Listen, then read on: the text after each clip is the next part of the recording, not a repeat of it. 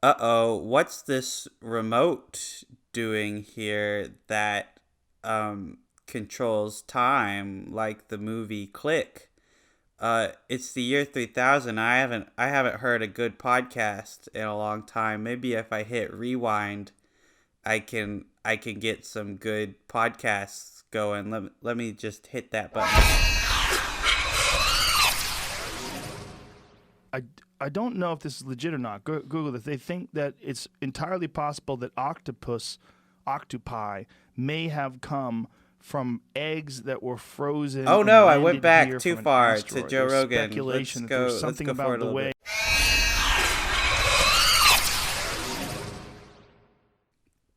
This week, I'm going to be talking about how much I hate The Rise of Skywalker. Welcome back, everybody, to the Mind Over Movies podcast. It's the podcast where we talk about movies and film theory and film criticism and Star Wars and Marvel. And that's really all there is to And it. then we dunk on your religion just for fun. That's Oh my god. It's a great time though. It is. I mean, it is. hopefully you guys like what you hear. Yeah. I mean, So grab your we coffee, talk about it all. grab your stale popcorn and your stale popcorn salt, and just relax. Let us take you away. Speaking of popcorn, this time is kind of unprecedented that you can go online and you can buy about a popcorn's worth of shares in AMC, and maybe you'll be $1,000 heir. I don't know. As of today's recording, it's not looking too good for the Reddit No. stonks situation. No, Which if you, yeah. I'm sorry. I'm just looking at my stocks right now as you're saying that, and I'm just like, ugh, sad day. Yeah. So if you somehow haven't heard of this situation, Reddit has decided, like that hedge funds have gotten a little too greedy. They borrowed too much stock from GameStop, like so much that it didn't even exist, and they decided to kind of like prey on that, and everyone invest in GameStop, and it was going really well last week, and so a lot of Oh my people God, yeah. noticed that some people were walking out of this millionaires, and they were like, "Hey, let's invest in GameStop and also AMC. Nokia is another stock, and the goal is for these stocks to shoot to the moon." However, in today's recording, which is February 2nd, the stocks have not shot The to stocks the moon. have not. I think GameStop we already is down like $200. Yeah, dude. I've lost over $200 on my like total investment Oh my overall. gosh. Like I'm like, it's okay though, because they say don't invest more than you're willing to lose, and I told myself I was willing to lose that $300, but it still hurts a little bit to see it down so much and me out so much money. I'm not pulling though, because it could go back up just a little bit. I would like for it to at least go back up to 315 what I bought it at, or maybe 320, and then pull it. But I've seen some people are already pulling because they've just lost hope, and they're like, well, I'm down $300,000, might as well pull and have $500,000. But Yeah, this is an interesting event that's occurred. Basically people foregoing like normal financial advice and kind of getting swept up in what I could only compare to like a gold rush. And I'm not like saying that I'm standing apart from this, because I have, I think, even more money invested than you yeah, yeah. in AMC. And let me tell you, today it is not looking great. Oh no, I no. And maybe you can judge this as bad decision making, but because of the dip in AMC today, I actually bought like another $100 worth of AMC, and at least that's made $50 because it jumped back up to like $8. Right. But I will say, that's definitely not enough to come out of this with profit. And I'm Right. gonna hold. No, I yeah, have hope I'm holding as well because I have about $50 in AMC and I'm still holding out hope for AMC.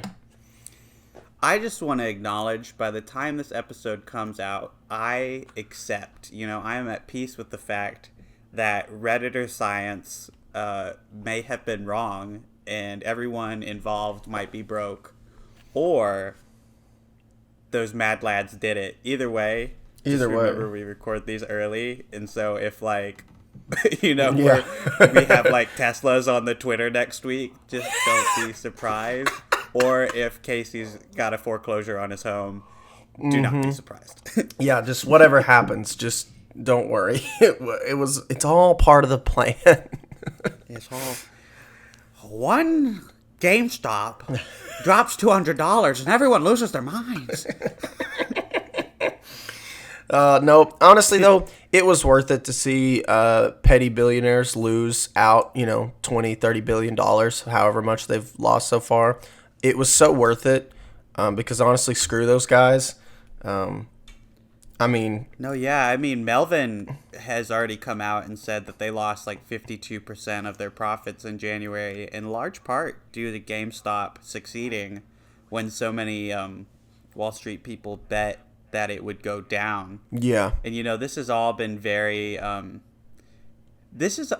educational for the public. I feel like, Definitely. people are now seeing some of the shadier practices that go on in Wall Street, like the fact that people profit off of the stock market going down. Mm-hmm. Like there's just a whole nother level of scumminess to like big Wall Street, like hedge fund managers, Yeah. And what's crazy though is like some of the people getting involved in this are the rich elite, Yeah. Jordan Belfort, the literal Wolf of Wall Street, has been tweeting all week about hold GME and everything like that. Like, yeah, you've got the Wolf of Wall Street on your side. You got Mark Cuban from Shark Tank. Dude, you got both sides of the political spectrum on your side as well. I mean, yeah, Wall Street Bets. I don't know if anyone's like actually taken a look at the subreddit, but like, it's a very to put it lightly, it reminds me of 4chan. And I think that's definitely with great intention, because I think that's what they're going for. They call themselves the R word, and they compare getting stocks to like getting chicken tendies, because they're quote upon quote like so stupid that if they had $1 million, they'd probably just spend it on chicken tenders anyway. Yeah. It's honest. It's like kind of funny to read some of it, to be honest with you. It is. Like, honestly, it is strange how in this regard, I think both sides of the political spectrum can agree, like, hedge fund managers and Wall Street people profiting off of the loss of others is bad, and like everyone's coming together for this hopeful like redistribution of wealth. And whether that happens or not, I think that shows that there can be a little bit of unity. Unfortunately, I don't think I can stand most of these people in like a situation other than this exact situation where everyone's hoping to like walk away with a little bit of money. Like, I feel like this is unifying in the same sense that it's feeding people's self-interest, and I feel like a lot of people aren't so concerned about like the redistribution of wealth, and like, if people who are poor right now actually make it out okay. I think this is a large bit of like greed, which is why you're seeing people like Elon Musk, who is already the richest man in the world, get so involved with this. It's like, it's not actually all that noble, I don't think. Yeah. It's a time to be alive, honestly. I will say this is probably the most eventful January I've ever lived through in my life. Yeah. Well, 2020's January was also eventful because we had World War III trending everywhere. That was honestly scary for me. But then this January, I think, is even a little bit more eventful. It's like normally Januaries are boring. Just think of last year's January, though. We had it easy. Like, we thought Kobe Bryant and, like, potentially World War III happening was going to be the worst of the year.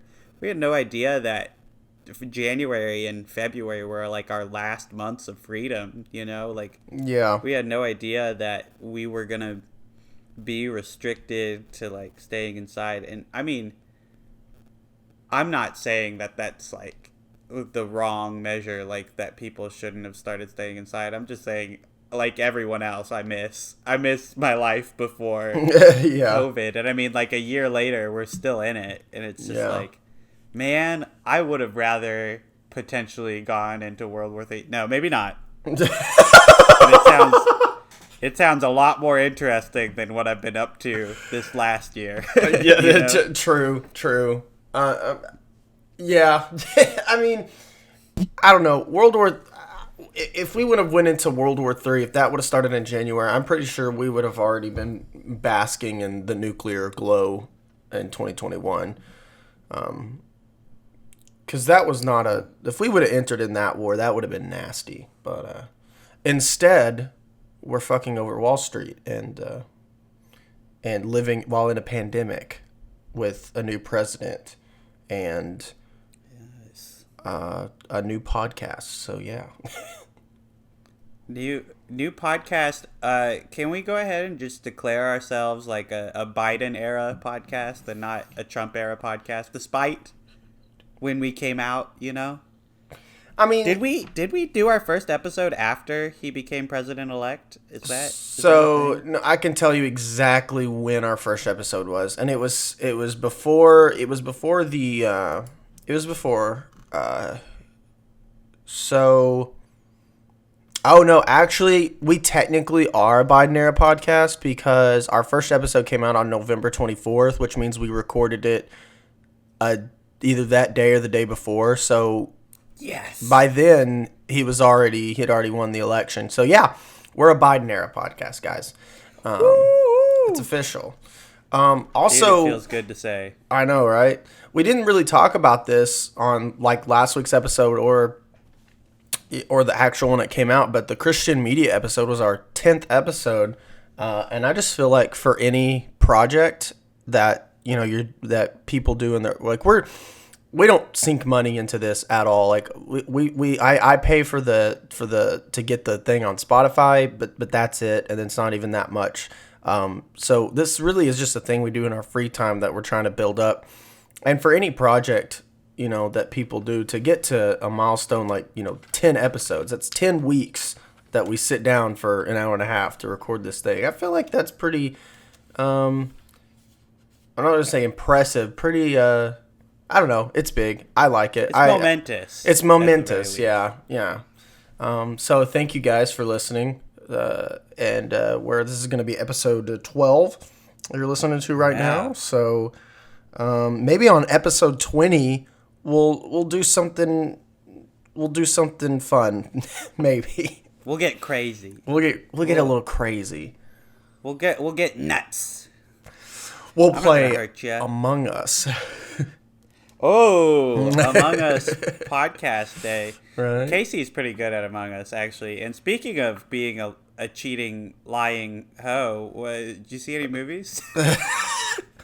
Okay, I'm glad you said. Okay, first of all, I'm glad you said I'm not gonna hurt you, because I just remembered I forgot to say this last week, but I rewatched The Shining for like the third time, and the documentary Room 237, which is about. If you don't know, the Room 237 is like a documentary with a bunch of like film theorists and critics that will go over their theories about what The Shining means. And let me tell you, there's like 11 or 12 people that talk in the documentary, and 10 of them are absolutely insane. So it's a fun watch. I don't know. Isaac, have you seen Room 237? I saw it once, and it's been a few years. What I remember is it struck me that a lot of the people talking aren't like professional film analyst people, and like a lot of their audio was recorded in their home like studio. Yeah. I remember like there being like a lot of bad audio, and yeah, I do remember that some of the people I just straight up did not agree with. Dude, like, yeah. I thought they were crazy. I know. They're some of the theories are so ridiculous. But honestly, I mean, I'm going to go on a little bit of a tangent here. I hope you don't mind about The Shining. Oh no, not at all. That's like my favorite horror movie. Yeah. After rewatching it, and I forced Luke to watch it, well, I didn't force him. He had to watch it for his film theory class. Did he like it now? So he liked it a little bit better than he did. Okay. But here's what I'll say about The Shining. Rewatching it, I fell in love with it even more, and I even raised my score on it a little bit. I think before I had it at 4 stars, 4 out of 5 stars. I raised it to 4.5 out of 5 because there's just something. I know. There's just something about how the audio in the movie is mixed, like with the music, that makes it feel super, like, grand and also terrifying. And also just rewatching some of the scenes, like with when he goes to the bar and he sees, like, he starts imagining the bartender or whatever, if it's real Lloyd. or a ghost or whatever. Yeah, Lloyd. That scene is so amazing. And then in the bathroom, and just the perfect framing of every single shot in that movie, just how immaculate it is. I can't gush about like the cinematography enough. And Jack Nicholson's performance, amazing. The set design is amazing. And watching Room 237, yeah, a lot of them are just out of their fucking minds, honestly. Like, but there are a couple of points made by some interviewees in that documentary that really kind of like raise the hair on your arms. For example, the window. Do you remember the window? The impossible window? No. What's that? So in the room, so when Jack first comes into the hotel and he meets the guy, the man that like offers him the job, and he walks in and there's Ullman. Yeah, Ullman. Yeah, and there's that window behind him, and there's like light, like sun coming through it. But there was like one interviewee that was like, I knew as soon as I saw that window that something was off. So like I rewatched it, and she's like, I kept replaying it and rewatching it, and then I realized that window, there's no way that window can exist, because if you look at the framing of where Jack Nicholson walks into the room and like look at the layout of the hotel, that there can't be a window there, because he's not at the end of the building. He's in the middle of the building, and the window, if there was a window, would just be looking into another room, but instead it's like the sun is shining through it, so they replayed it like on the documentary, and if you look, like, she's right, like there shouldn't be a window there. Whether they actually, whether he did that on purpose or whether they filmed in like a different like room within the hotel and they just didn't realize it, I doubt it though, because Stanley Kubrick puts things in weird places for a reason. She's right. There shouldn't be a window there, and I was like, whoa, what the hell? Like, that is so weird. And of course there's other only things because it's Stanley. Like yeah, any other film director, that's just like a continuity error, but right. that's got me seriously thinking, like, what is intentional there? Or I mean, is any of it? What else is in the documentary that they touch on? Well, yeah, I mean, just the whole layout of the hotel is so weird. Like when they brought up the fact when Danny is on the when he's riding his bicycle around the hotel, they were pointing out that, like, Stanley Kubrick wants you to get a feeling of like how the hotel operates, and so like I think of it like back to Parasite. If you think about Parasite, if you think about that house, can't you just close your eyes and walk through that house? Like, you have every like corner memorized, because the way the film was like shot, like I know that house like inside and out. Like, if I were to walk in that house, I would know where everything is. You know what I'm saying? Yeah, no, it's an iconic house, and I mean Yeah. everything they do in the film like makes you so familiar with the layout, like you know it, Right. like it's its own character. Yeah, Essentially yeah. by the end. And that's what they were arguing that Kubrick was doing with Danny riding his tricycle. So like when you see the first shot of him, he like rides in a circle around like the main where where Jack like walks towards where he's always at his typewriter and where he has the hatchet and he says the famous line like, or not, he doesn't have the hatchet, his wife has the, Shelley Duvall has the bat and she's swinging at him and he's like walking up that staircase. That main floor where Danny is riding, he rides in a circle, and if you watch it you can see that he's just riding in a circle around there. And then in the next scene, or like a couple scenes after, he's riding again, but he's on this like the top floor, the staircase floor, like right above it, and it's shot to where you can see the stairs leading down to that main room where he was riding earlier. And if you like map out the pattern of where he's like riding, it doesn't make any sense. Like he shouldn't be able to like ride like that.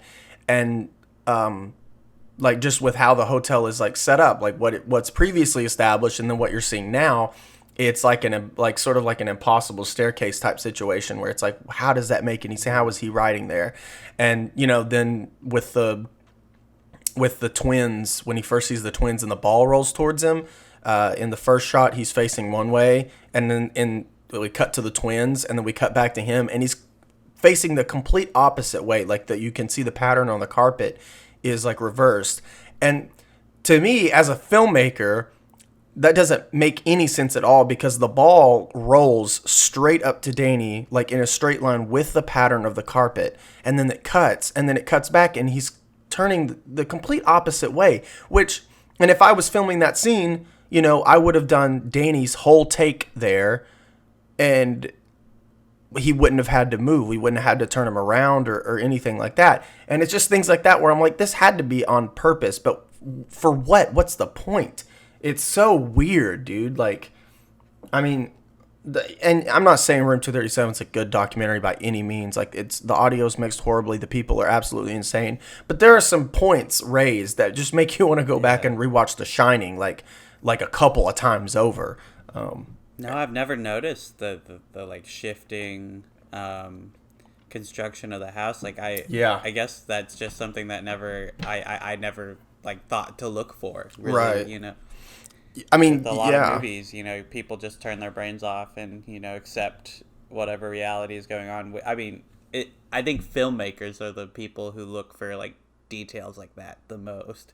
And so it's very insightful when like another filmmaker or just like someone watching with a more critical eye catches details like that. Like I appreciate films like Room 237 because they ignite discussion of films that have been established as classics and that people think they know everything about, because it shows that, you know, to movies like The Shining, there's actually more and more layers that we possibly don't know about yet, and that's very exciting. That gives you a good reason to revisit the movie. I mean, oh, definitely, I try and revisit it every October. Yeah, for sure. I try to watch it, you know, every now, probably like every year. But yeah, it's super interesting. So if y'all haven't seen The Shining yet, please watch The Shining. And if you've seen it, watch it again and start looking for stuff. I mean, there's hundreds of weird stuff going on in that movie that you can, you know, put your own theories and film criticism eye to, and it's really cool. It's just a really cool movie to deconstruct and just pick apart and just look at how fucking weird it is, dude. I love it. It's great. I had a fun time watching that. I watched them in the same day. We watched The Shining and then we watched Room 237, which was a great. So that day I was just hyped up on The Shining. That's all I could think about. It's like, man, that's a great movie. Yeah, that sounds like a good pairing right there. Yeah. I kind of experienced an interesting pairing this last week. What'd you watch? You know, this is gonna sound like a drift off of films for a second, but it'll come back. Okay. I read In Cold Blood for the first time by Truman Capote. Did you ever read that in high school? No, but you told me about it. Yeah, it's incredible. It's like the first true crime book of its time. Truman Capote essentially, saw this murder that happened in Kansas, this quadruple homicide, which was crazy at the time. Like, people just weren't murdered like that with like no clear motive, no clues, and I mean, eventually the killers were brought in, and he went and like extrapolated like every detail, along with Harper Lee, like author of To Kill a Mockingbird. And in the book, what I love is that you don't see Truman Capote or Harper Lee as a character at all. Like, it's just about the two killers, Perry Smith and Dick Hickok, and, the people investigating them, the victims, and it's a great study in empathy.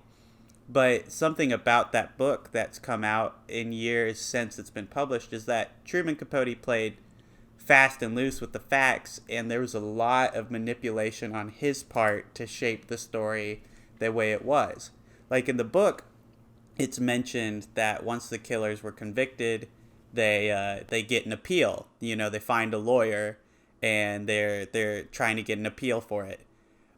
In reality, Truman Capote got them an appeals lawyer, in large part so that they wouldn't be executed before he could get the full story out of them. And it's interesting tidbits like that dive me into what is actually a movie, Capote, which I saw for the first time this week, starring Philip Seymour Hoffman, which I think the late and the great. Yeah, it's probably one of his best performances. Like, he is almost unrecognizable, which is crazy because all he did really is shave his face and change his voice. Although apparently he lost weight for this role too. But he looks like about the same to me. I don't know. But he's just like incredible. He's completely immersed in this character, and this is probably the best instance of an actor like acting non-verbally too. Which is weird because Capote is most known for his voice, which he uses plenty in the movie.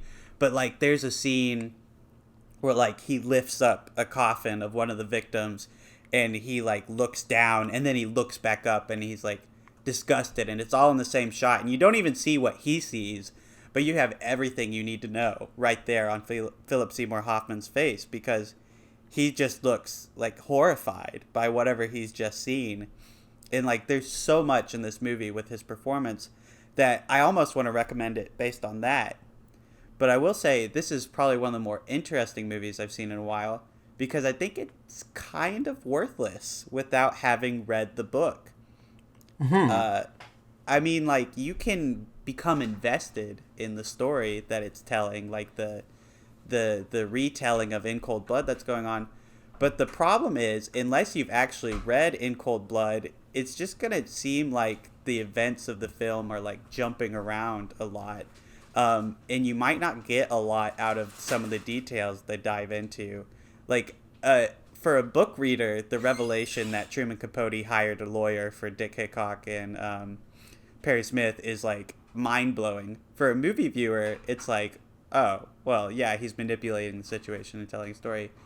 Like, I think this is the first biopic I've seen where you absolutely need to have read what it's based on, and then you can watch it, and it'll be like a nice companion piece that way. But I really don't think it holds up on its own. But yeah, I really think that like a strong performance can anchor a movie like this. And I mean, it really did make me miss Philip Seymour Hoffman. But I just thought this was interesting. As like a biopic, you usually get the full story that you need, and this one kind of decided to just be set in one moment in this person's life. And I think that's an original idea that I like, but I do think that modern biopics might have it a little bit better with looking into all the details of someone's life, because there's a bit more of a coherent story when you do it that way. But still, I do prefer this over something like Bohemian Rhapsody, which straight up just embellishes the facts, and it's just so formulaic. Like, I don't know. Yeah, I know that a lot of people really like that movie because Queen's their favorite band, and it's so interesting to see it. But like, if you know Freddie Mercury's like life, you know that film is like such a discredit to like what he actually went through, and like it's definitely the editing alone in Bohemian Rhapsody Definitely is ridiculous. Yeah, I think what they're trying to do with Bohemian Rhapsody, I'm pretty sure the surviving members of Queen kind of oversaw the production a little bit, I think is what I read, and what they're really trying to do is build their myth. Like, I mean, they want to build up, Freddie Mercury especially, and they want to build up themselves as it's like this band that has so many hit singles and hit songs that everybody knows, and so they have to have an intriguing, interesting story to back that up, which is partly why that movie is as abrasive and, I guess legendary as it is. It lacks subtlety, like Definitely. It feels like a clap on the back a lot of the times. And it's strange that the one dead member of the band who the story is focused on doesn't really get to lend his perspective, because just a basic examination of the facts will show you that the surviving band members of Queen clearly are just like trying to look as good as they can in this, because Freddie gets kind of thrown under the bus a lot. Like in the movie, they'll have you believe that Freddie Mercury is the one who is solely responsible for Queen breaking up because he wanted to do a solo career. Literally every other member of the band did like solo stuff before Freddie Mercury did. And Freddie Mercury did the least amount of solo albums, like they weren't not Queen for very long, and it was definitely not Freddie Mercury's fault. He definitely had his issues, and he was going through like a big like realization in his life that he needed to live his lifestyle as a gay man more comfortably and more excessively, and he did have a manipulative manager, but apparently in real life it wasn't so black and white that one dude just like manipulated him so much. Apparently he was always with Freddie, but I don't think that it was so clear that he was like such a villain. And same with like the first producer they have in the movie, played by Littlefinger. Like apparently that guy is really pleasant and was really pleasant to work with, but he didn't like believe in one of their albums, so the surviving Queen band members have him thrown under the bus in the movie and played like a slimy guy too. Right, Which I think that sucks. But I mean, the instant your role is played by Littlefinger, I mean, you're not going to have a great time. You're not going to look good coming out of that biopic, Yeah. Oh, excuse me. Yeah, honestly, that's the problem with a lot of biopics is they're informed by, either the surviving members or family members that want to make so-and-so look good and so-and-so look bad and kind of manipulate the facts a little bit. And also you got to make it dramatic for people to, be invested. Like Queen's story of them like getting together is actually much more boring in real life than it was in the movie. Apparently that scene where like Freddie Mercury came and they needed like a lead singer, and he was just hanging out after one of their shows and he offered to, apparently that never happened at all. Like it happened completely different than that and in a much less interesting way. I heard that like from this YouTube channel I watch called History Buffs, which is a really good channel, that he was actually like friends with people who were friends with Brian May and the other Queen band member who I can't remember. And so when their singer quit of his own accord, like in pretty good terms, it sounds like, Freddie Mercury was just like, oh yeah, I'll come sing with you guys, because they invited him. It wasn't so dramatic. It wasn't like he set himself up for that. They were already acquainted, apparently. Right. Together, and yeah. Right. The rest is history. But I feel like we could do a whole like episode about how like modern biopics came to be, because they've become something of a formula, especially ones about bands. Like I feel like most biopics about people who were in a band or our musical artists just kind of have the same structure despite being, different. It's so ridiculous that like a parody movie like Walk the Line, the Dewey Cox. Yeah, it's Dewey Cox story. Yeah, yeah.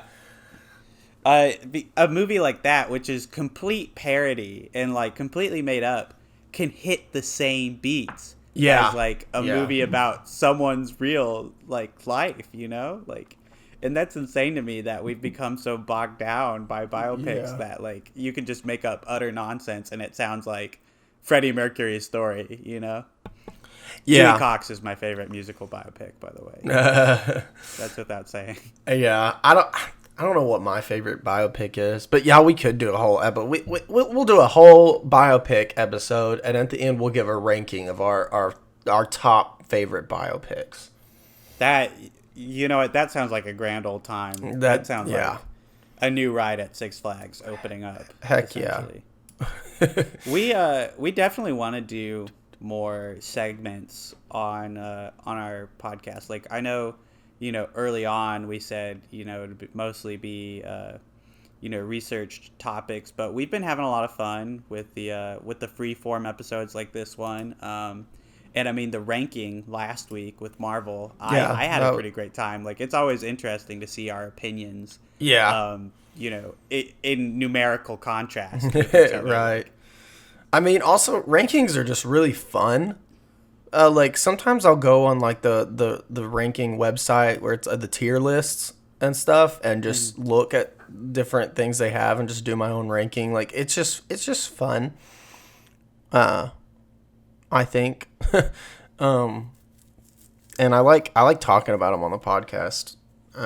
With another person, so we can compare and contrast opinions and take L's, and it's a fun time.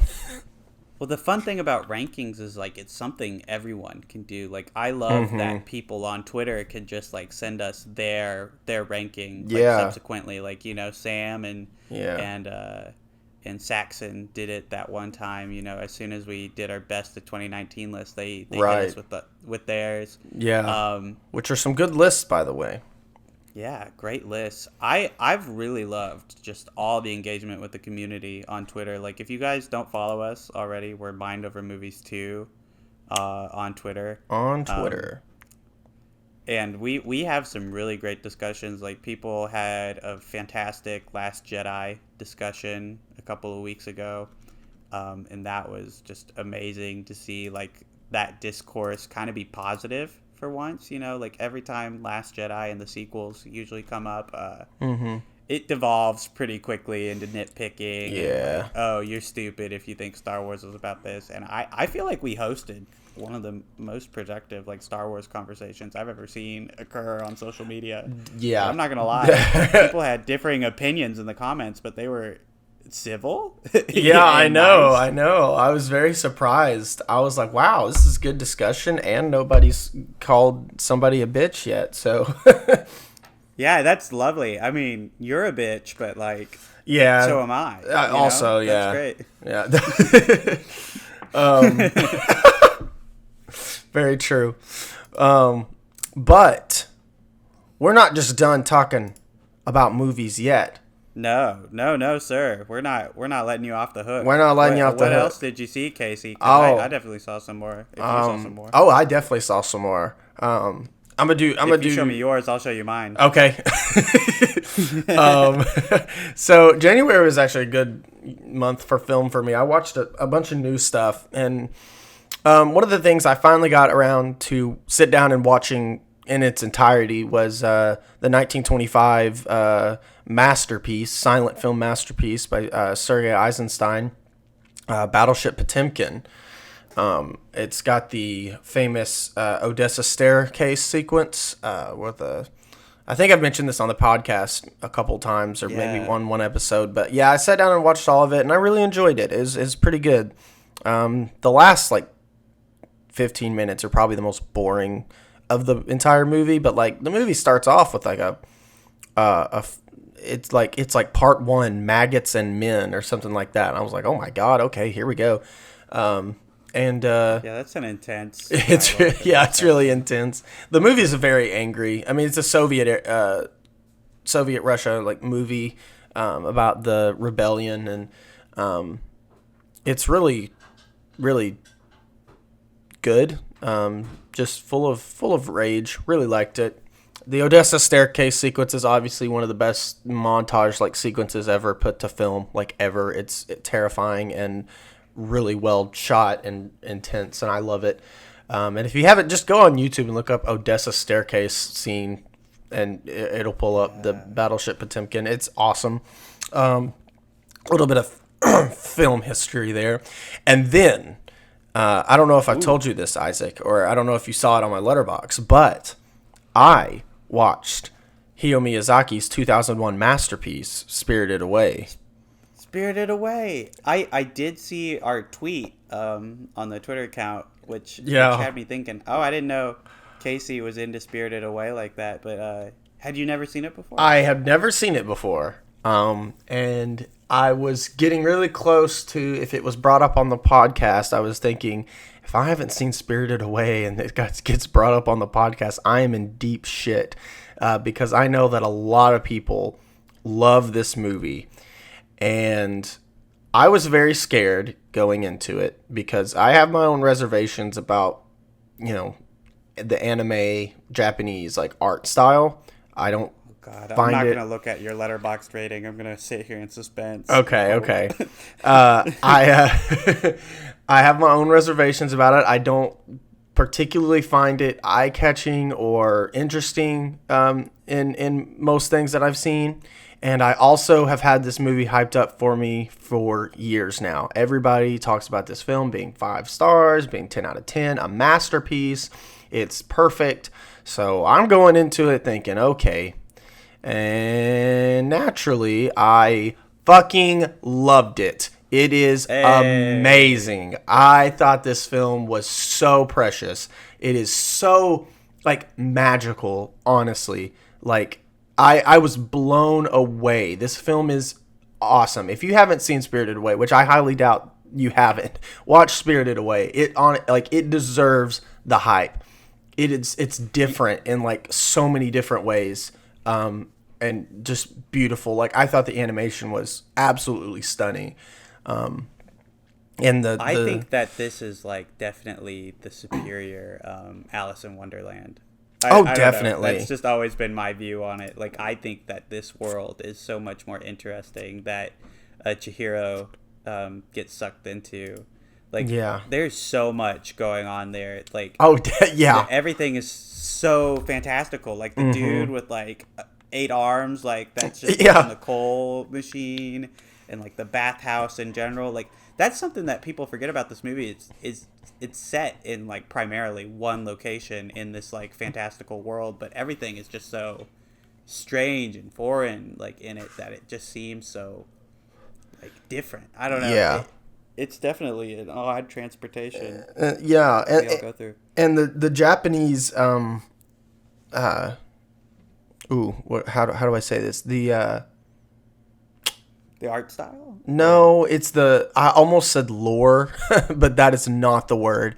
The mythical creatures of the kami and the spirits, that. I love the inclusion of all of that. I mean, obviously, it's Hayao Miyazaki is going to pull from inspiration from what he knows, but I have a confession. I'm a Magic the Gathering player.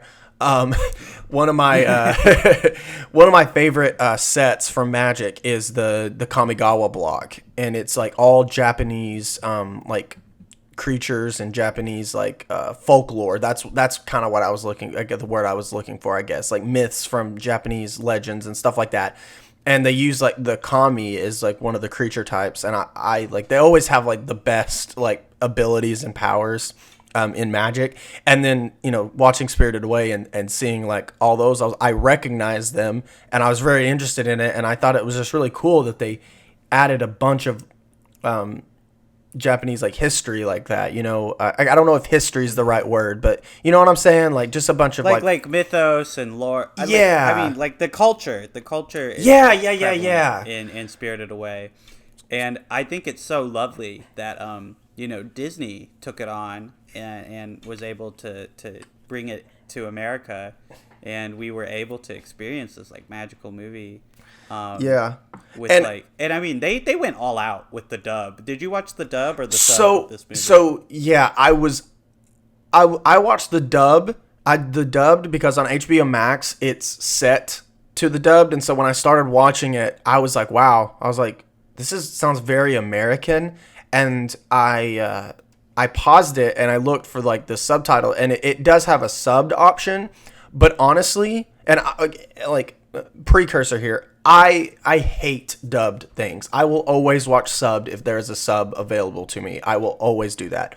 But the voice acting for the dub for Spirited Away was so good that I was like, you know what? I don't even freaking care. I'm gonna watch the dub because it was very good. It was so good. It's the best dubbed version of anything I've ever heard. So I do want to go back and watch the sub version just because I'm that type of person. But the dub is very, very good. Like it had no bearing like on me watching it at all. I thought it was great. It was perfect. So that's what I'll say about that. I think the great thing about dubbing and animation is that you can match up with the lip flap movements a little bit more because they're not actually replicating what a Japanese mouth speaking Japanese would look like.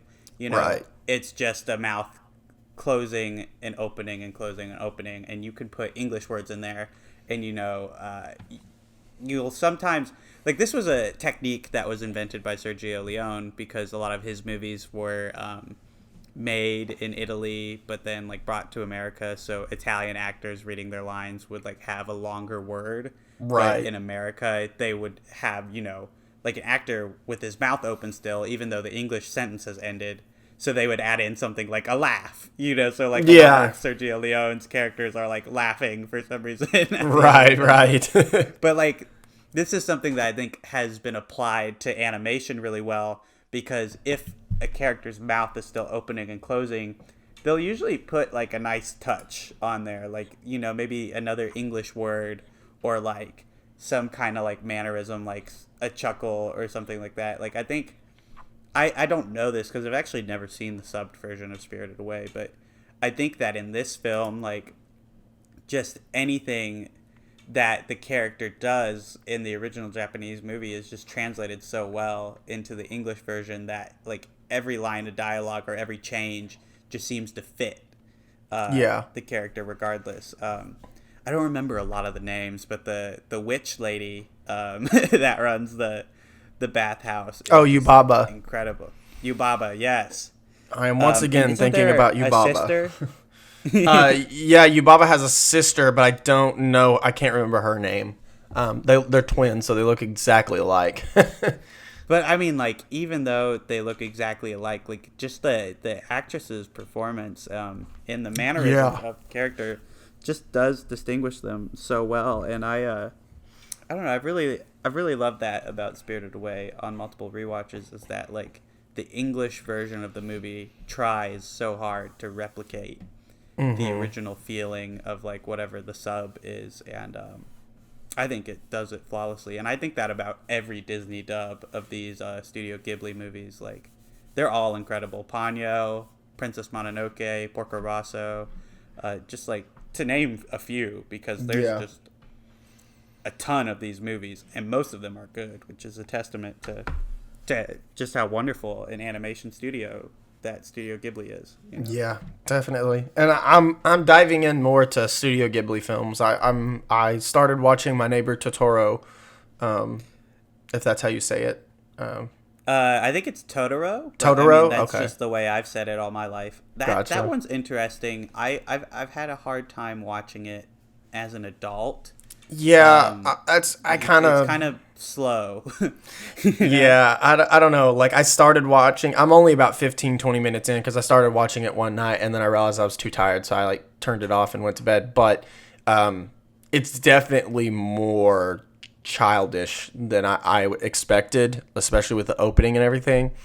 And it was a little slow starting out, but I mean, I have high hopes for it because a lot of people go back and forth with that one and Spirited Away as being their favorite. Most of the time it's Spirited Away, but I've seen a lot of people talk about My Neighbor Totoro as like their like perfect like animated movie. So I mean, I'm interested. Honestly, the one that I think I'm gonna like the most is Princess Mononoke. Yeah, that's a really great one. I haven't seen it in a long time. I'm actually gearing up for a rewatch. Maybe we should plan like to see it around the same time so we can have a full fleshed out discussion. But heck yeah, dude. I would love to rewatch that one and Howl's Moving Castle, especially, which is another one that people often bring up as one of their favorites. Yeah. It's just a lovely, lovely movie. Yeah. I would also recommend, if you're getting into Studio Ghibli, you check out some of the non-Hayao Miyazaki directed movies, like Grave of the Fireflies. I think you'd really vibe with. I've heard about that one. It's like the most depressing movie. Yeah, I definitely want to look at some other like non-Miyazaki Studio Ghibli films. But I'm just starting with Miyazaki because why not? So no, that's a great starting point, and I think you should see all of the ones he did because they're all great. Like that's the thing is he takes no L's. They're all good. Yeah, even if you don't. That's what I'm starting to realize. But what else did you watch? Dude, I watched Royal Tenenbaums. Isn't that one of your favorite? Time. You know what? I have something dirty to say. Uh-oh. Royal Tenenbaums is great. Don't get me wrong. But I think on this rewatching, I've finally become comfortable with the fact that it is not one of my favorite Wes Anderson movies. And in fact, I think it's kind of lower on my personal list. Like, I can acknowledge that it's probably one of the best directed Wes Anderson movies, and I definitely see why people love it. I see the attraction, but for me, while I really love the soundtrack and the direction and a lot of beats of the story, I don't care for a lot of the characters in the middle of the conflict. Like, I often find rewatching this movie that I think the side characters are a lot more interesting. Like Owen Wilson's Eli Cash is like the best character in the movie. I wish he was in it more. Mm-hmm. But like there's a romance between adopted siblings that has never really worked for me. Like, it's always kind of weirded me out, and in this rewatching I just realized how central that is in the plot, that romance, and it and that not working for me has kind of detracted from my enjoyment of the movies. I also think that while all the characters are pretty great in this movie, there's just so many of them that like it kind of gets muddled. Like, I think that's at the heart of all of Wes Anderson's weaker movies, is that he's got a bunch of celebrities playing a bunch of characters, and not a lot of them get developed along the way. I think that an example where it's done really well is like Grand Budapest Hotel, where you still got like a lot of famous people, but their roles are relegated to like pretty small like duties, and you let the no name who played Zero in that movie and the younger girl, I think Saoirse Ronan actually was in that movie, you let those two be the shining stars, and Ray Fiennes, and like that movie I think is like really well balanced because of it. And I hate to say it, but I just don't think Royal Tenenbaums balances characters and plot all that well, and I think it really detracts from the viewing experience for me. I think it's still got that Wes Anderson charm. I just think that he was starting to experiment with a lot, and I don't think it all worked out. And I don't know, this is a pretty unpopular opinion, but I think his next movie after Royal Tenenbaums, Life Aquatic, was much better. And I love the Life Aquatic. Like yes, Life Aquatic is just like one of my favorite movies of all time. And I don't know, I guess I guess comparing Wes Anderson's other work and how marvelous it is to Royal Tenenbaums, like Royal Tenenbaums is still great. I don't think it's one of my favorites, and I think I'm finally comfortable telling people that, even though it's regarded usually as like maybe his best movie. I don't know. This is my opinion. So if I'm taking an L here, guys, are you taking your first L on the podcast? I've never taken an L before, but I will take this big fat L. Okay, you heard it, ladies and gentlemen, live on the podcast. Isaac Hayes Udaj has taken his first L on Mind Over Movies. I'm on my 10th, but yeah. Well, I'm here. I'm gonna even out the score a little bit real quick. I haven't even watched The Royal Tenenbaums yet. It's one of the Wes Anderson films I still haven't seen, and I've only not seen like 2 of his films, so that's one of them that I haven't watched yet. Have you seen Darjeeling Limited? No, that's the one. So I haven't seen Darjeeling Limited, The Royal Tenenbaums, or Bottle Rocket, which is his first. I haven't seen those 3. Mm-hmm. I still need to watch those. I think I've seen everything else though. I would say those all rank among probably my like lower Wes Anderson movies. Like, I do like Darjeeling a lot, and I need to revisit it. I think Bottle Rocket is probably his worst movie, which inconsequentially, like, that's his first movie. So, I mean, right. He was just figuring himself out. But yeah. I think... Sorry, go ahead. Oh, no. I was just going to say, I think you should definitely watch Royal Tenenbaums. Like, I think it's necessary viewing. You know, all of his movies are. But, you take it away, man. What were you gonna say? I was just gonna quickly say that I think Fantastic Mr. Fox is my favorite Wes Anderson movie. Next, that's a great big W right there. Casey. Big W, yeah. That one, honestly, I'm kind of like I really love Life Aquatic, and I want to go back and rewatch it. But I think Fantastic Mr. Fox is still up there, honestly. So. I think that's just one of the greatest animated movies out there. Like, oh yeah, it's honestly infinitely charming. Yeah, honestly though, Isle of Dogs isn't too far behind it for me. Like, I personally loved Isle of Dogs. I thought that was just as cute and heartwarming as Mr. Fox. You know, maybe we could have a whole Wes Anderson ranked episode, but honestly, Isle of Dogs was a bit of a disappointment for me. I guess I went in expecting Fantastic Mr. Fox quality. I definitely had Mr. Fox on the brain when I first started watching it, but I don't know. I just think it fell short of like what I expected from it, but I think maybe a rewatch is in order for that. Possibly. You know, and we could definitely do a Wes Anderson ranked and discussion. Like he's a director that definitely deserves like a director's spotlight. Yeah. Oh, definitely. He's so influential, like on modern directors, like Noah Baumbach, for example. Takes a lot of cues, I feel like, from Wes Anderson. Definitely. You know, Greta Gerwig, I would say, even uses a lot of tricks that he's devised. He's just a great modern filmmaker. Like, definitely an interesting case where whatever he comes out with, people are going to go see it. He's like Tarantino of the indie world in that instance. Because, I mean, Tarantino used to be the Tarantino of the indie world, but then... yeah, true. He makes expensive movies these days. I mean, that's just not the case anymore. Yeah. Well... did you see any other films? I did, and I know... the last thing we should do is we should talk about WandaVision, because I know you caught up. Yeah, I finally caught up, yeah. Right. I have some thoughts. We can keep that, good. Brief, spoiler-free, but... Right, obviously. But I just have 2 more movies. We should have a big spoiler discussion. Oh, God. When the whole series... Yeah, when the whole season is over, or the series, I guess it's a mini-series. When it's over, we're going to do some spoiler discussion. Definitely. Yeah, we'll be like... any other nerd outlet that you go to, we'll actually delve deep into it. But anyway, let's hear your reviews, Casey. What else did you see?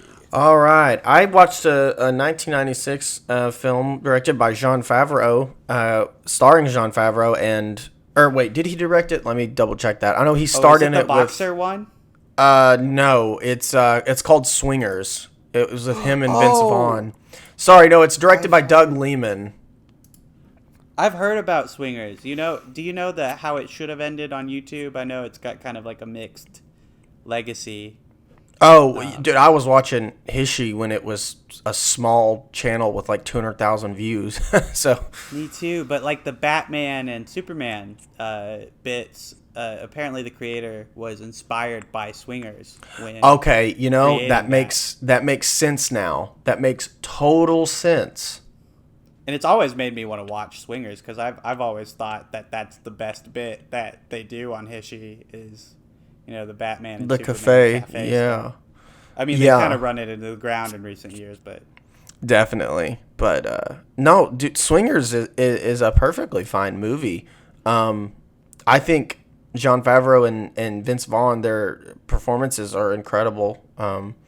They're just it reminds me of like mumblecore films where like the dialogue is super like fluid and there's excessive, but it also feels has a sense of like realism to it. And it's funny, like it's a pretty freaking funny movie. There's just not a whole lot of content in it. It's really just an hour and a half of Jon Favreau trying to get over his ex and trying to find a girlfriend, and Vince Vaughn is just like hyping him up the entire time. But no, it's a fun movie. There's a bunch of continuity errors in this movie that don't, like, just like The Shining, just don't make sense. Like there's a shot where after Jon Favreau's character is on the phone, he like has an answering machine and like a phone like a dock, like where you set the phone in and then you pick it up and you can walk with it, and then right next to that is like a black answering machine. And in this shot, he's literally using the answering machine. Then he picks up the phone, walks into the kitchen. It's one single shot, and when he walks back, both the phone like dock and the answering machine are missing from the table. It makes no sense. I watched that a couple times. I went back and I was like, what the hell? No sense. Makes no sense. Of course, there could have been a cut there. I don't know. But hold on. Pause for a second. Luke's calling me. And we're back. Yeah. A small break there. But Potty lunch break right there. yeah. Swingers, good. Watch it if you haven't. It's a fun watch. Yeah. Swingers is cool. I'll definitely be checking it out. Definitely. And then the other film that I watched, it was the 1941 The Maltese Falcon with Humphrey Bogart. Ooh. And that that one. one, Watch list. it's been on your watch list? Yeah, I've always wanted to see it, but how is It's it?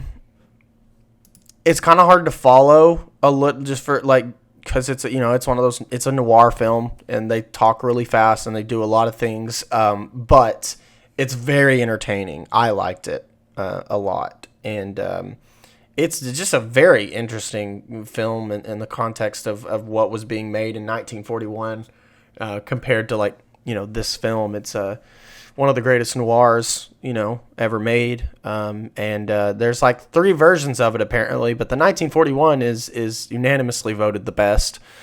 And Humphrey Bogart is just, I love him. Can I just say that I know this is not anything new, but he is a fantastic actor, and it just so funny. Just whatever comes out of his mouth is just a hoot and a holler. I love it. So yeah, if y'all are interested in film noir, then the Maltese Falcon, the 1941 version, that's for you, bud. It's a fun time. Okay, I'm in. Yeah, I'm sold. dude. I mean, Yeah. I'll definitely bring my attention game to it because I feel like that's Oh, one of those definitely. that you can't miss any details. I definitely had to Wikipedia it a couple times because I was getting kind of lost. But then Can again, we normalize doing that? Like, I feel like Yeah. there's a sense of shame about having to go to Wikipedia to understand what's going on. But I feel like there's I'd nothing rather wrong. figure that out with a little help than like have to watch a movie Right. like multiple times to get it. Like, I don't know. Like, I definitely get the appeal behind movies like Primer, which are like really hard to follow and they've got very complex time travel stuff going on. But I definitely, like to have some materials to like help me understand it. Like I don't think that there's any shame in like not doing it on your own. Like come up with your own Right. opinion about a movie, but if you need help understanding it, like what's so wrong about going to someone else and figuring it Yeah. out that way, you know? Yeah. I mean, all I did was like, if I got a little like lost about which character was which, I just went to the Wikipedia and like looked at the plot summary basically and just read what I'd already watched. I was like, okay, I'm back on track. And yeah, I just had to do that a couple times because it's like they like run around so much. Like the entire film is and they talk super fast. So sometimes I was missing some little tidbits. So really, you really got to turn your big brain on and watch it. It's not just like an easy, sit down, smoke some weed and watch it or whatever you do, but Yeah. whatever you kids do nowadays to watch movies. But anyway, yeah, it's really good though. I enjoyed it, but you just have to really pay attention because they do talk fast and a lot happens. So You know, But- and speaking of attention deficits, we have a show now, WandaVision, true. that is testing the limits of Marvel fans. I'm seeing a lot of people saying it's too slow, it's too boring, Oh God. nothing happens. And let me say, oh my God, we can't have nice things because I of know. you. Can I go on a little mini rant here for just 60 seconds, okay? Absolutely, go. I fucking hate the Marvel fan base. Like I absolutely hate them. WandaVision is the most interesting like plot line that the MCU has had in a few years. Like I mean, Endgame and Infinity War, all that stuff was awesome. But the mystery in this is so intriguing and it's different and I think it's so good. And I got so like pissed. Like my blood was boiling when I got on the internet and I saw everybody complaining about it being slow, about it. And I'm just like, dude, are you kidding me right now? It literally infuriated me, just the attention span and the childishness of this fucking fan base. It literally pisses me off. Like I can't understand.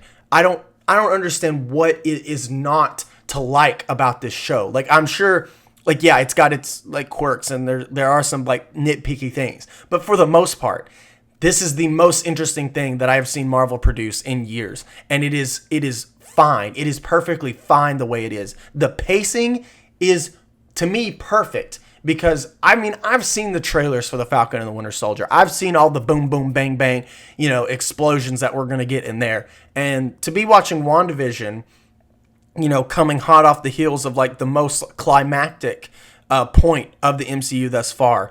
It's refreshing. It's like a palate cleanser. And I think the pacing is just fine. It's what a series is supposed to be. It gives you just enough information in one episode to let you in on a little bit, and then it makes you wait another week for, the rest to come in. And I think that is absolutely wonderful. And I think people who are complaining really just need to shut the hell up. I am so fucking tired of it, dude. Okay, rant over. It was a little more than 60 seconds, but I'm so mad, dude. Like, are you not mad how many, like, articles are coming out about, like, that's all I see about people complaining about it. Like, I just can't believe it. I honestly can't. I'm not gonna lie. I'm kind of surprised about how little discourse I've seen on this show. Like, I have seen, like, people say it's interesting, and then I've also seen people say it's, like, really boring, but I just haven't seen all that much like on Twitter or Instagram about it, and maybe that's because people are trying to help keep spoilers under wraps. But I can't really gauge what the general consensus on the show is amongst the fan base right now. I will say I'm a little confused as to why fans would resent this. Like I think that it definitely plays with enough like Marvel like tropes and like iconography that like there's enough to like keep a fan invested. Like I don't know, I don't think it's like the most subtle show ever invented. I think it's subtle for Marvel, but like I mean, Right. it's a show with fake commercials in it that have like Hydra symbols like very plainly on like watches and stuff. Like if you're paying attention at all, you're being immersed in the tension of this show. Like the thing I like about the first 3 episodes of WandaVision is that it's going along with this like sitcom, like whatever the hell is happening thing, but you, the audience, know something is wrong. Like if you've watched any Marvel movies before, this can't possibly be all there is. And I feel like that should keep you invested. And then on top of that, in the show, there's just so many like kind of horror or like thriller-esque moments that like were surprisingly like chilling to watch. Like there's a moment at the end of the 2nd episode where like someone comes out of like a sewer grate, and oh no, did I lose connection to you, Casey? Discord disconnected, but I've been talking on WandaVision. I'll keep at it. But yeah, there's this moment in the 2nd episode where someone comes out of a... Oh, you can't hear me? 1 second. I'm going to pause the audio. Sorry, we're back. There were some technical difficulties there. But what I was saying is that there's moments of horror that are like kind of surprising to me. Like at the end of the 2nd episode, and I don't know how many times you've heard me say this at this point because of the technical difficulties, but a man like crawls out of a sewer drain, and it's oddly horrifying. Like what happens is just like scary, and there's a moment of tension, and then it goes back to normal. And like if you're paying any amount of attention to the show, I feel like you're gonna be disturbed by what's happening, like by what's going on. And on top of that, this may be kind of an unpopular opinion. The 4th episode throws out all subtlety that the show has anyway, and goes back to like standard Marvel shit. So I mean, like, what are you complaining about? Yeah, I mean, and this is what, honestly, here's my worry with WandaVision, is that it's gonna placate too much to Marvel fans.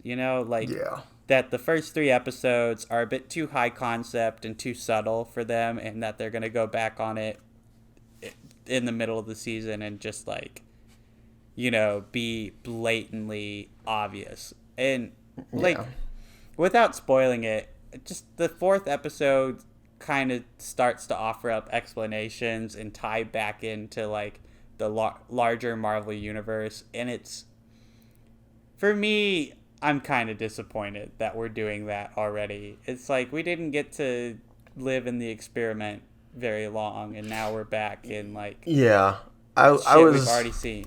Yeah, I was very surprised that the 4th episode went ahead and I was expecting maybe like the 6th or 7th episode we would start to see that side of it. But what I'm hoping is that with the next episode we go back to the experiment, the TV show side, and we get another kind of episode of that, or a couple episodes, and then maybe go back. But I mean, I was enjoying the sitcom stuff, like all of it. I thought it was great because the sitcom plots are like, they're very heightened like tropes, and it's amusing to watch from that angle. But then like when the show's like deeper story starts to creep in, it's like unsettling, and it's really cool to see. And I think it's more effective when it's on that side of the show that we start to see some things fall apart, rather than when it's explained to us. Like I think it's entirely more subtle and like thrilling and scary sometimes.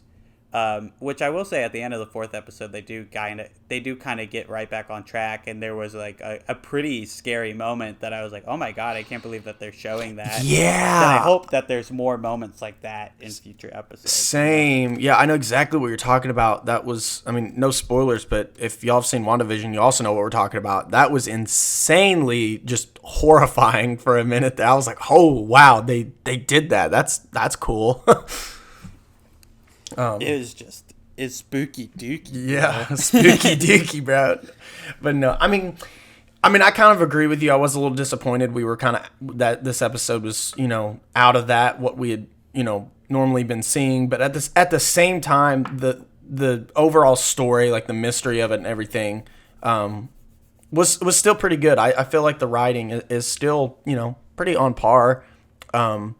I just wish that I think Elizabeth Olsen and Paul Bettany especially are like amazing throughout this show. Oh, yeah. And I mean all the actors they brought on are pretty fun. I think the two broke girls actress that they brought on in episode 4, I don't know if I like her all that much, but that's just a personal taste. Oh, gotcha. Oh, you talking about Darcy? Yeah. Oh, okay, yeah. Yeah, her character hasn't changed since the Thor movies. So. Wait, is she in the Thor movies? Yeah, dude, that's Darcy from Thor. Thor 1 and 2, and Oh my god. she's the she's the one that like knocks Thor out like when they first find him, or she like tases him or something. I did not remember her, because let me tell you what, that is how little I care about Thor 1 and 2, and she is definitely not in Ragnarok. So Yeah, I mean, no. I just completely forgot that was a already established character. Okay, wow. Well, I've never really liked that character. I didn't even remember her, but hey, she's back. Sorry, that's Yeah. kind of a spoiler. I mean, actually, it's not. She was in the promotional images for the show. Oh, well, So- then, hey, not a spoiler. Yeah, that's why I was okay with saying like, yeah, Darcy's back, like, because she was in the poster. Like, if you don't know, even if you haven't seen the 4th episode, like, she's in the poster, so that's why I was like, eh. Yeah. But yeah, And I mean, there's like posters of like stuff that's not said in the TV show, but we won't divulge like what's going on there. Definitely. That's not. yeah. But I mean, yeah, watch WandaVision if you haven't. It's going pretty good right now, I think. So we'll have to see. In March, we'll have a big season wrap, Yeah. spoiler-filled talk. Really Definitely. air it all out. But I'm pleasantly surprised for sure. I'm having a great time. Yeah, me too. But yeah, wow. Good discussion today. Watched a lot of stuff. I'm glad I caught up on all that.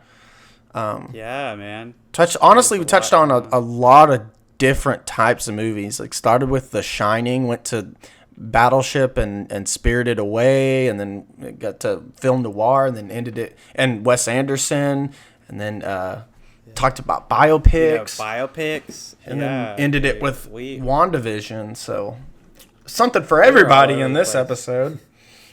This is just a people pleaser, or an episode you listen to for 10 minutes and then turn off because we're not on your favorite subject anymore. I don't know. I don't. Maybe I'll include timestamps for this episode. Bringing that might be helpful. Yeah. Bring back the timestamps. Bring back you did it for episode 1 and then that's it. I'm sorry. It's a grueling process to include timestamps. Just so you know, audience. But if you want them, then I'll take the extra 15 minutes that it takes to do them, and I'll do it. If this episode gets 10 listens, Casey will do timestamps. Yeah, if 10 people listen to this podcast, and I look at the numbers so I know if 10 people listen, then I will do timestamps, okay? Wait, are we talking spread out between Spotify and YouTube? You know what? Or are you looking? I look at both of them. Let's do Spotify. If it gets 10 Spotify listens, I'll do timestamps. If it gets 10 Spotify listens and 30 views on YouTube, I'll do timestamps again. Whoa. Okay. Well, you heard the man. He has demands. Yeah. So get to work, people. If you want your precious whittle timestamps back, you gotta please Casey, and he's a hard boss to please. Well, anyway, I've been Isaac. Yeah, and I've been Casey. Hold on, I gotta go take the mailman's here again. Let me go take care of that real quick.